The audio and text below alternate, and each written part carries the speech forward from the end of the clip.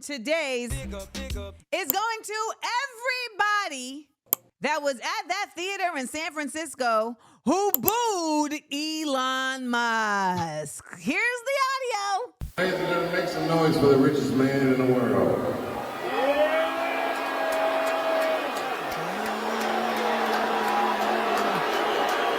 Cheers and booze, I think.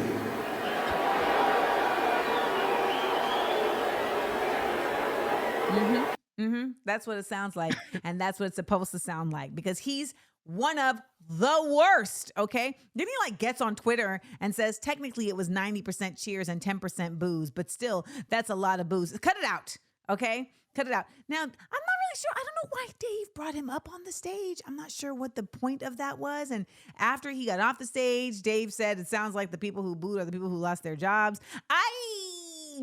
So Elon is the trash of the time along with Kanye. And I want to shout out all the folks who were out there using their vocal cords and getting them boos out from the diaphragm. Boo! And let's get into our letdown. Oh, it's a sad day today. I wish I had a sad violin to play. So one of the nation's most well-known and legendary comedy clubs, the Carolines on Broadway Club, is closing.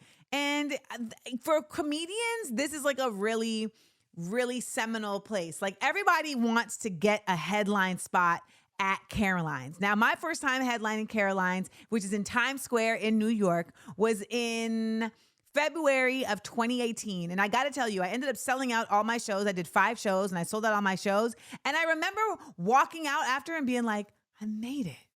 And it really felt like the whole New York of it all. If you could make it here, you could make it anywhere. And then it was doing Caroline's that made me feel that way because you would always walk by Caroline's. They always had these uniform style posters of who's headlining, and you would see such incredible names. I remember seeing Paul Mooney headline at Caroline's. The man did 3.5 hours, y'all. I had to leave after hour 2. I was like, I gotta get back uptown. I gotta get back uptown.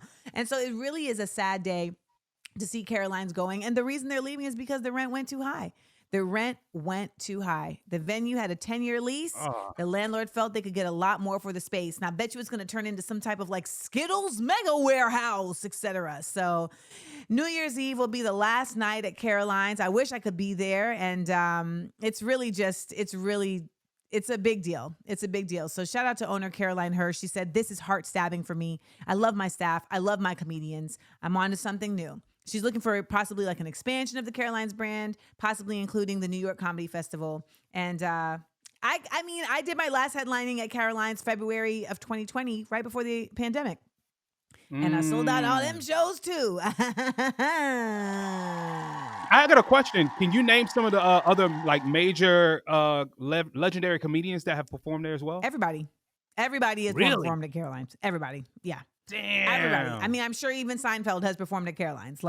Dave, Chris, everybody. Caroline's is also a spot you would come through and get up. You just surprise folks. It just is a real legendary comedy spot in New York. And because of its location in Times Square, you got a lot of folks that come through, tourists that come through. And it really is just a sad day to see it closing because it's such a staple. And as a comic, I got to tell you, I was thinking about when I was going to do Caroline's next. Well, that ain't happening. So shout out to everybody who has done their time on the stage at Caroline's and who has come through and watched us do our time on stage at Caroline's. We appreciate your support. And thank you to Caroline Hirsch for building up such a dope space.